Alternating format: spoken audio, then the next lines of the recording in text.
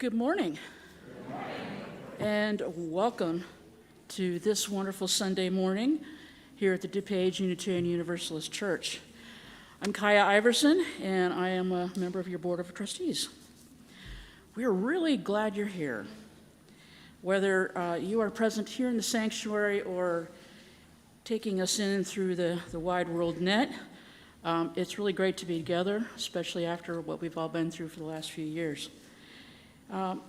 And we hope you take advantage of this opportunity to get to know us better. That's what we're here for. So to keep us all safe, we might take our masks off up here, but otherwise we'd like you to keep your masks on. Is that all right? All right. I'm going to go off script for a moment.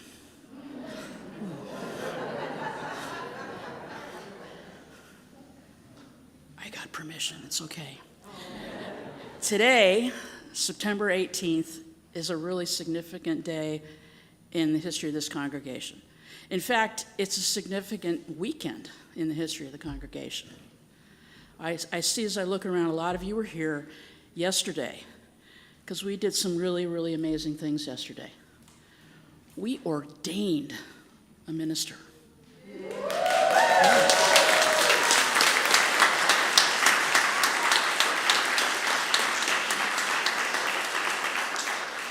And then we turned around and we made her our own by installing her. So,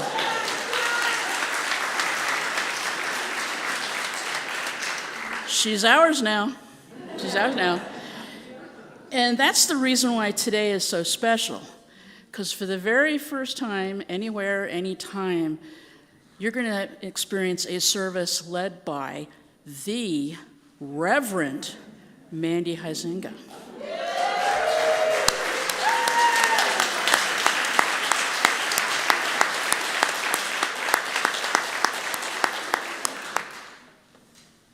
And oh, by the way, Friday was her 40th birthday. She was sitting there thinking, I think I'm going to get away with this, but no, Kaya, she's a blabbermouth. But anyway, I should return to something resembling regularly scheduled programming. So I'm going to skip some of the stuff I'd ordinarily cover, and I'm going to ask you guys to do something that does not involve touching, but I want you to turn around and just take a moment and greet someone you don't know who's near you. Don't have to touch. It's okay.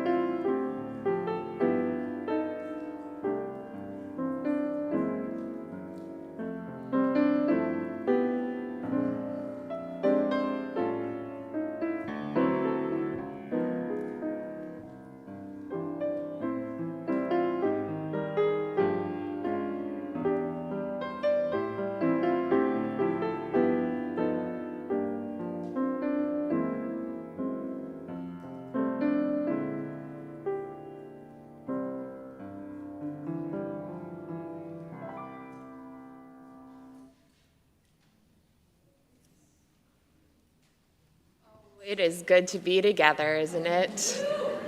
it is good. And it is good to be with one another in this space. Let us be present here with one another, open to the holy and to the possibility. Come, let us worship together.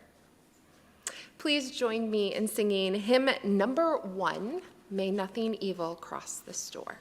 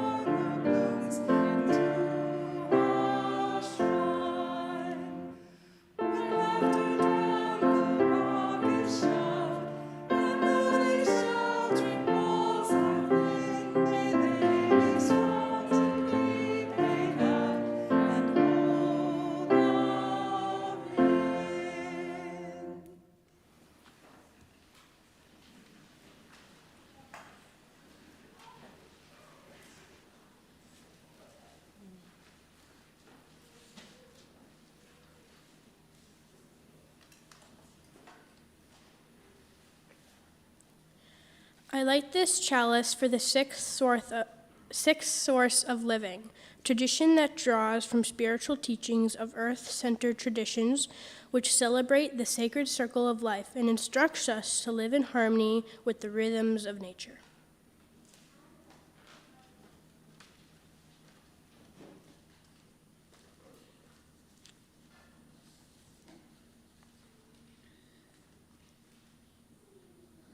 Would you like to join me in reading the covenant?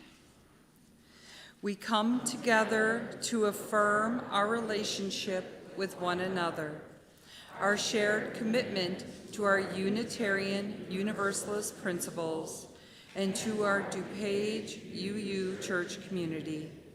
We recognize our agency and our connective power, and we accept our responsibility to be bold and courageous.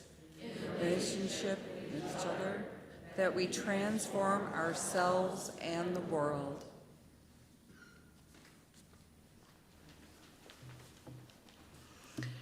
Our vision of beloved community is rooted in our relationships with each other and our world. And each week we share our joys and concerns. And we have some joys today. Our first joy is that these lovely flowers down here are given by Jackie Duffy Hook and Al Hook in celebration of their wedding anniversary. Yay. And a joy from Pat Lickman.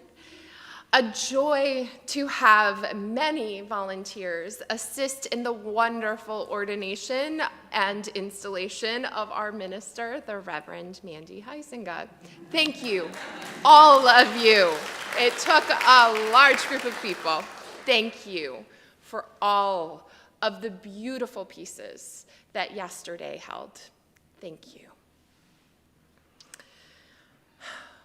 Even when the cares of the world hang on us, we find so much joy in each other, do we not? Let us care for each other, whether our cares are spoken or unspoken. Let us hold each other in our hearts and our minds. Please join me in a moment of silence.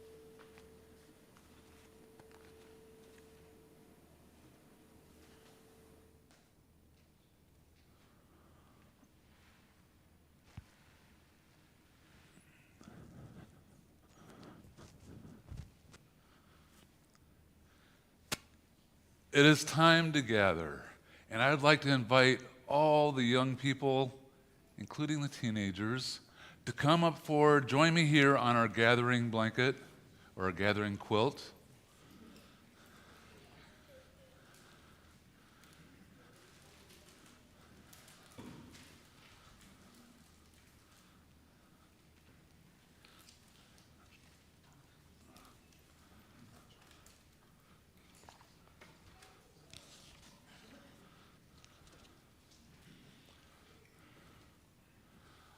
Our theme this month is belonging.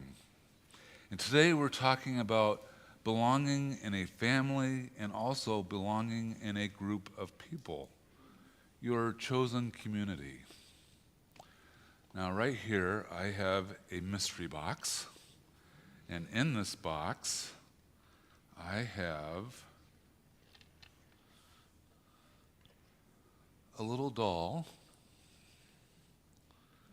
And another one. Katya, you want to hold on to that for a second?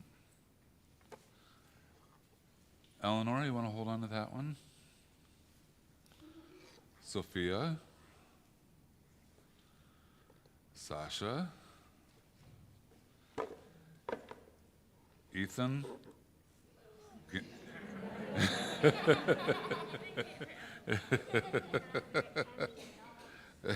It looks heavy. So I have this small little doll, and I have a poem. The poem is by Edwin Markham, and we can use it with this little doll. He drew a circle that shut me out. Heretic, rebel, a thing to flout. But love and I had the wit to win. We drew a circle and took him in. Katya, you want to come here and help me? Open up your doll. Come here. And we're going to put this one inside. So when we draw a bigger circle with love, we can add the next little doll over the littlest one. And by adding on, we make it bigger. And we include more dolls. So let's do the poem again. We're going to make it a little bit more inclusive, though. So they drew a circle that shut me out, heretic, rebel, a thing to flout. But love and I had the wit to win. We drew a circle and took them in. Yes, Eleanor, thank you. So now we've included those other two and brought them into the circle. Well, let's do it again. They drew a circle that shut me out, heretic, rebel, a thing to flout. But love and I had the wit to win. We drew a circle and took them in. Yes, thank you, Sophia. All right, you guys got the poem? They drew a circle that shut me out, heretic, rebel, a thing to flout. But love and I had the wit to win. We drew a circle and took them in.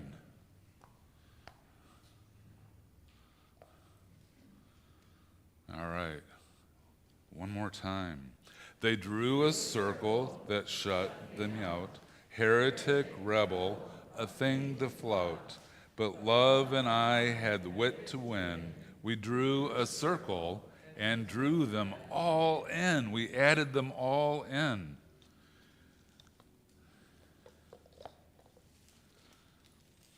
When we get to the biggest one, we can see that the doll now includes all of the littler ones. We drew a circle and took all of them in. And we can make a circle of friends the same way. By adding on, we include more and more friends in a circle of love. And we become something much more impactful than by keeping our small selves. As Unitarian Universalists, we widen our circle too. We widened our circle to include a belief in a loving God who would help all people through the Universalist ideas of Reverend Hosea Ballou. And we widened our circle to include the first Unitarian minister who was Jamaican American, Reverend Etheridge Brown. And we widened our circle to include the first Universalist woman minister, Reverend Olympia Brown. And we widened our circle to include the first Unitarian Universalist African American and Latino presidents, Reverend Bill Sinkford and Reverend Peter Morales.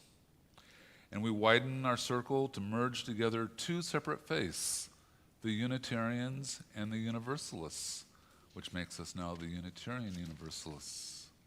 And we widened our circle to include the first UU minister who was openly gay, Reverend James Stoll. And we widened our circle to include the first Unitarian Universalist minister to serve a congregation who was openly transgender, Reverend Sean Dennison. So we all have times when we feel a sense of belonging, snuggled with our family, sitting around a campfire, listening to music in church. And we all have times when we feel like we don't belong, being a new kid, being left out of a game on the playground, having a disagreement with classmates that leaves us without friends, or being different from those around us in some way.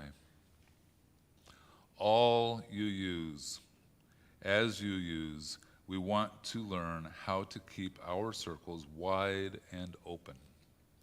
We haven't always done a good job at helping others feel a sense of belonging, but we can try and keep trying. So it is now time to go to class. Today's the first day of class. It's the first time that we've had regular programming in 3 years. So we're going to meet our teachers at the back of the church. Those that have children 3rd grade and under, you need to pick your kids up after the service. They will be in the lower classrooms. We are now going to sing the kids out.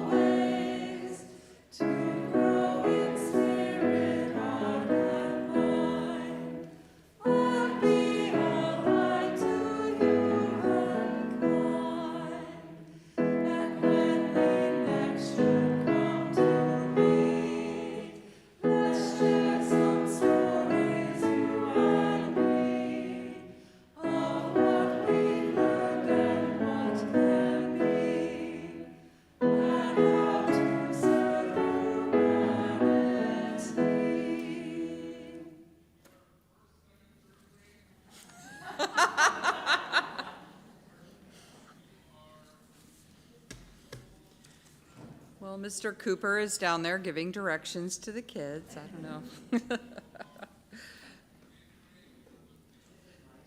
His mic is still on. I see action up there. Thank you, guys. Giving of our treasure is how we reciprocate the many gifts we are given by this community. Your contribution supports the programs and operations of DuPage UU Church. Giving is also how we live our values in the world. Each month, we share our offerings with an organization nominated by the congregation and selected by the special offering team. This month's organization is the Alive Center of Naperville. Their mission is to be a teen-led, teen-driven center focused on empowering the youth of today to become the impassioned, resilient leaders of tomorrow. This morning's offering to support the work of DuPage Unitarian Universalist Church and of the Alive Center is given and received in a spirit of generosity and gratitude.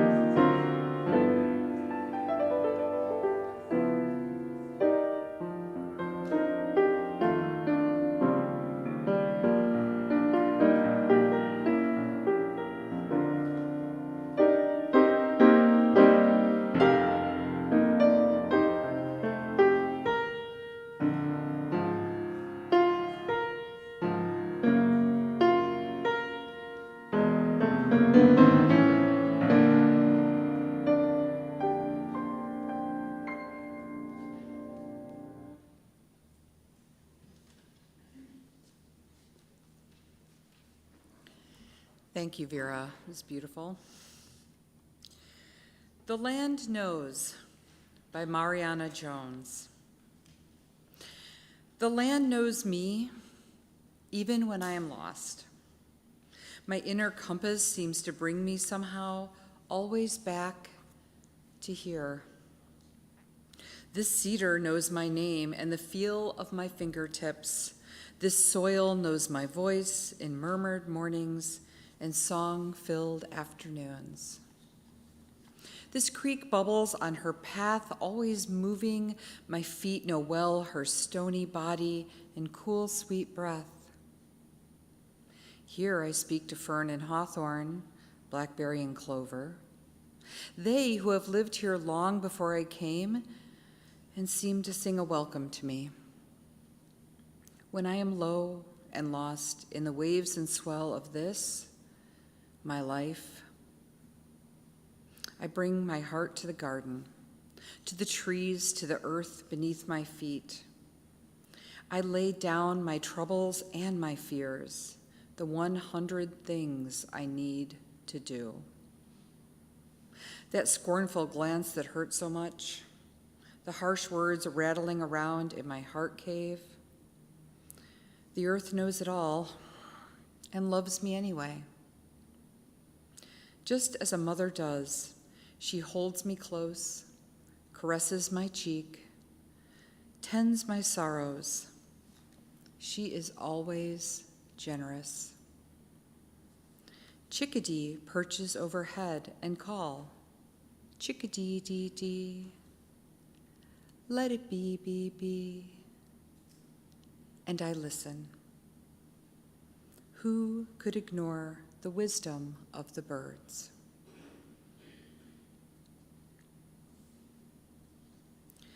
Please rise in body or in spirit and join us in singing hymn number 1054, Let This Be a House of Peace.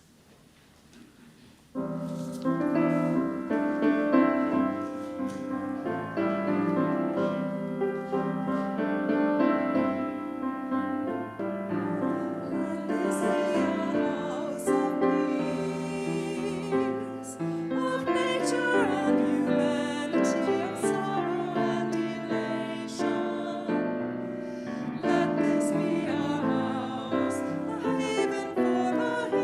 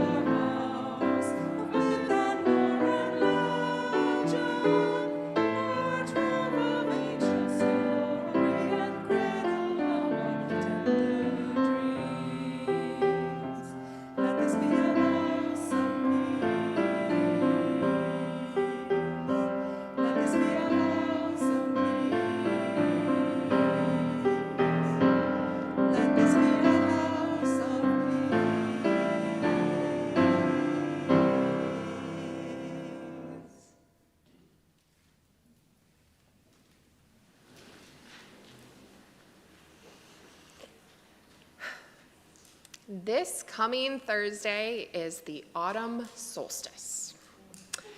But the signs of the change of season have been apparent for a few weeks now. If you've noticed, the coneflowers and black-eyed Susans have started to fade, but the goldenrods and asters are starting to come out. And this year, and this change of seasons has me reflecting on space, as I experience seasonal change in a new home and a new space here. And I've never experienced autumn on the prairie, so I'm excited. I'm excited to see what unfolds before me. I, maybe like some of you, have been shaped by the people and the places that I have lived. Home for me for so long has been Madison, New Jersey. The beings who live there are our chosen kin.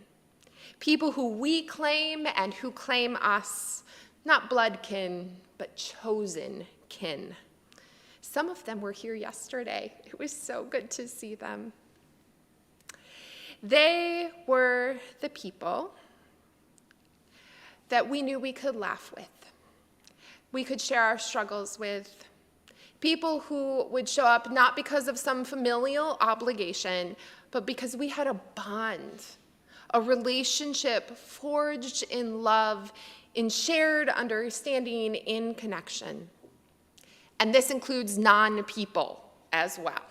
It includes Tallulah, Von Hooby Dooby, and Chippy the Chipmunks.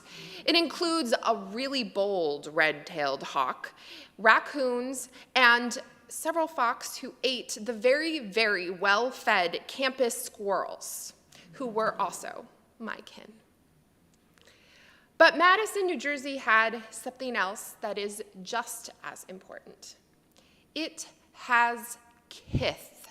Yes, kith. A deep knowing and a connection to place. Leonda Lynn Haupt, in her essay, Starling's Infinity and the Kith of Kinship, writes about kith as that intimacy with the landscape in which one dwells and is entangled, a knowing of its waymarks, its fragrance, the habits of its wildlings. Kithship is an exacting intimacy, one born of nearness, stillness, study, observation, openness, vulnerability. Kithship is hard-won visceral intimacy, blood cut of the thorn, bright stinging of the nettle, knowledge of the rock where the snake suns herself and the best path around it. Kithship is particular. My kith, my place of knowing, was Madison. In fact, maybe my kith still is for a short time longer. This past summer, I took a walk through that old stomping ground. There's a path, you see, from Drew University's campus through its arboretum to faculty and staff housing where we lived. And this summer, I traveled that familiar path. That path where we would scout for baby American toads barely the size of a marble by the arboretum ponds, where we would play pretend on the pathway, pretend not to wake the sleeping dragon, tiger, lion, and then run when it imaginarily pounced after us. Where we would wander lost into our community garden, where our kin, Jim Burchell, would, in a cranky voice, yell, "Who's dat?" And we all wondered if all neighbors were bizarre and unruly. Where we would sit under the shade of a 200-year-old copper beech tree. That path I walked this summer was familiar, and it was different. Like the froggy tree, the old maple tree that Fatty the frog lived under. It's now gone. It succumbed to some sort of tree illness. And that garden is abandoned and overrun after Jim's passing and our moving. But mostly it was the same. And it felt like a balm to the soul to return to a place that I knew so intimately, so deeply, the dips in the path, the rock in just the right place, and the trees tall and steady, and the memories flooding my mind of my children's childhood. I miss my kith, the space I know so very, very well, the place that I am rooted. Yet something else changed in that visit.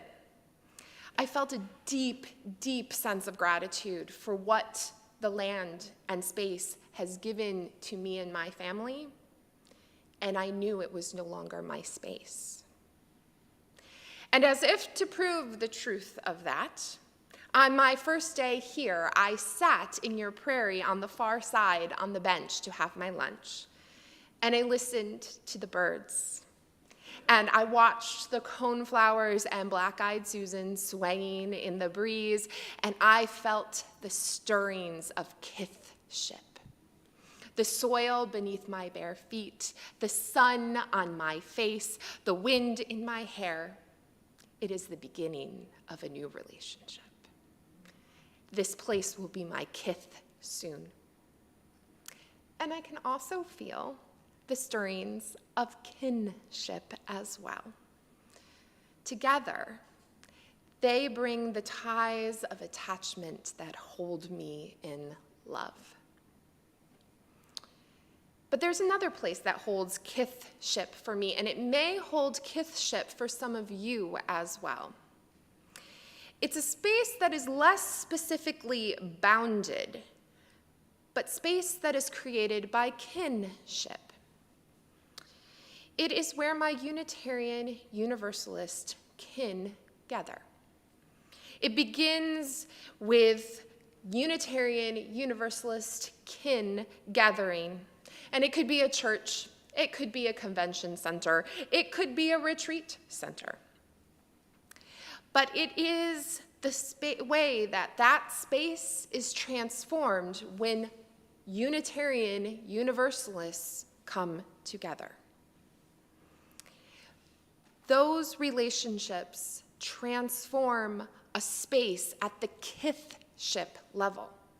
Space where Unitarian Universalists have gathered is different after we have been there. It is open and free and comfortable and intimate all in one. I know UU space because it is the remnants of people who share a deep sense of love and justice. Now that may seem a bit idyllic, and I don't intend it to be. Goodness knows we have our fair share of troubles in Unitarian Universalism. And sometimes our kinship with our Unitarian Universalist siblings, sometimes our kinship in our congregations is not at its best. We disagree. We argue. And when this happens, our kith, our space, is not transformed into welcoming, open space, but is palpably closed off. Star Wars fans might say there is a disturbance in the Force. One way that we fail to live into our kinship and thus do not transform our kithship is how some congregations are approaching the adoption of the 8th principle of Unitarian Universalism.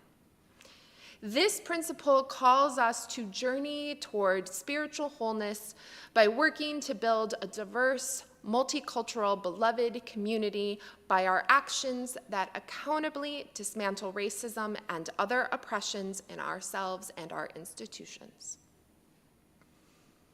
Many of our congregations are concerned more with wordsmithing this principle than with passing it and living it out in the world. This practice of enacting our white privilege to delay a vote while Black and brown lives continue to struggle with life and death does not embrace our principles of love and justice. This delay puts our relationships with our UU kin at risk of breaking so that we might remain comfortable, and it means that our kith remains exclusive and unwelcoming.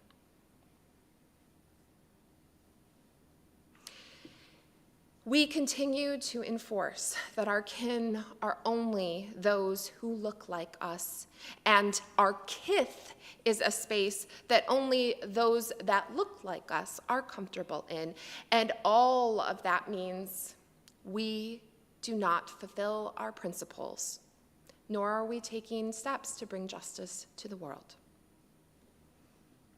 I spoke last week and during my candidating week, and we'll continue throughout this year as we explore our theme, Coming Together to Build Community, of the importance of relationships in transforming ourselves and the world. This is not just about the relationships we encounter as people, but also our relationship with space, kith. And more specifically, how our relationships craft space. When someone walks into our doors, we want to welcome them not only through our encounters with them, but also through our space. And those things are linked. How we are with each other impacts our space. That is how our kinship enacts itself in our community, how our kith is transformed into spaces of welcome and love. Some of these pieces are tangible, such as all the work that you all have done to make this space, our kith, accessible to those who are disabled. Some parts, though, are intangible. Is there a sense in this place that we love each other? Is there a sense that when I approach you, that you will open space for me or for someone you have never met? It is, as Leonda Lynn Haupt writes, the hard-won, visceral intimacy of a people who have disagreed, argued, loved, and comforted each other. It is the intimacy of vulnerability, of putting ourselves fully out there for each other and working towards accepting everyone, even when we fail. It is vulnerability that changes our space inside and out to give every person that walks through these doors the sense that they are welcome and belong, that they can be in relationship with us. In practical terms, in our UU congregations, it's passing that eighth principle of Unitarian Universalism as a way to recognize our struggle with privilege and honors the dignity and worth of all people, Black, brown, and disabled, and so many others who have been torn down by white patriarchy without adjusting the words to make it more palatable. And then doing the work of the eighth principle in our lives and our community. Doing so honors not only each other, but the space that we create together. It's an act that honors and marks our space as welcoming, as brave, and as justice-centered. Really? This is kithship, space that has been transformed by kinship, whether the work is easy or hard. This is the space that I want to create with all of you, that I am committed to creating with all of you. A space for all of us to call home while we are in relationship. A space that allows all of us to belong. Space that reflects the fullness of our lives as we celebrate our life's passages, as we make the world just, and as we bring forth beloved community. Look at your neighbors sitting next to you. Look in their eyes. Now look at this space.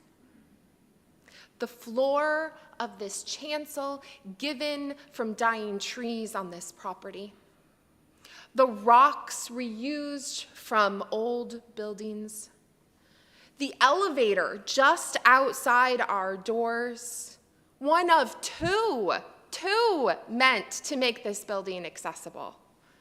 Out the windows at our beloved prairie that you all brought into existence, that holds so many memories of gatherings. Now, the gathering of us yesterday in celebration. How we are together has changed this space. How we are as kin has created kith. As we continue our journey together this year to deepen our community and our connections, I pray that we can cultivate our kinship to continue creating a kithship worthy of our deepest aspirations.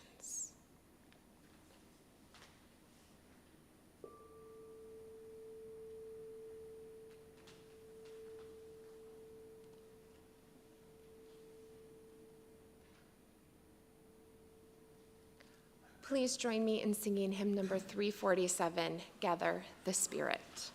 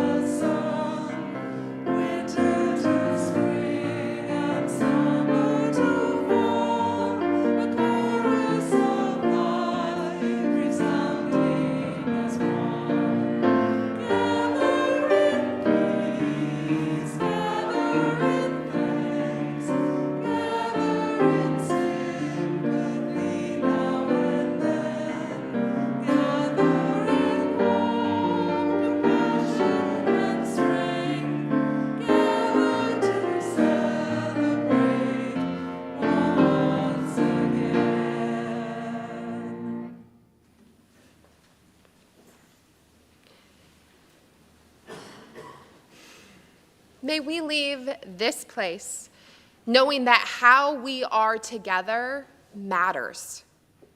May we cultivate our relationships and space through our actions and through our deep and abiding love to transform the world. May it be so.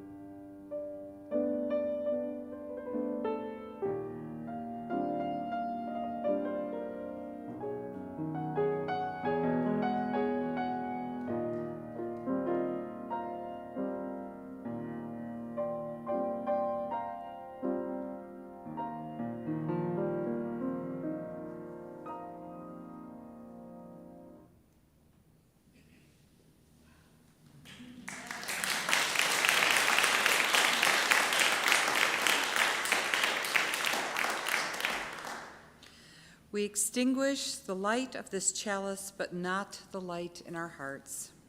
Until we meet again, may the warmth of our community carry you.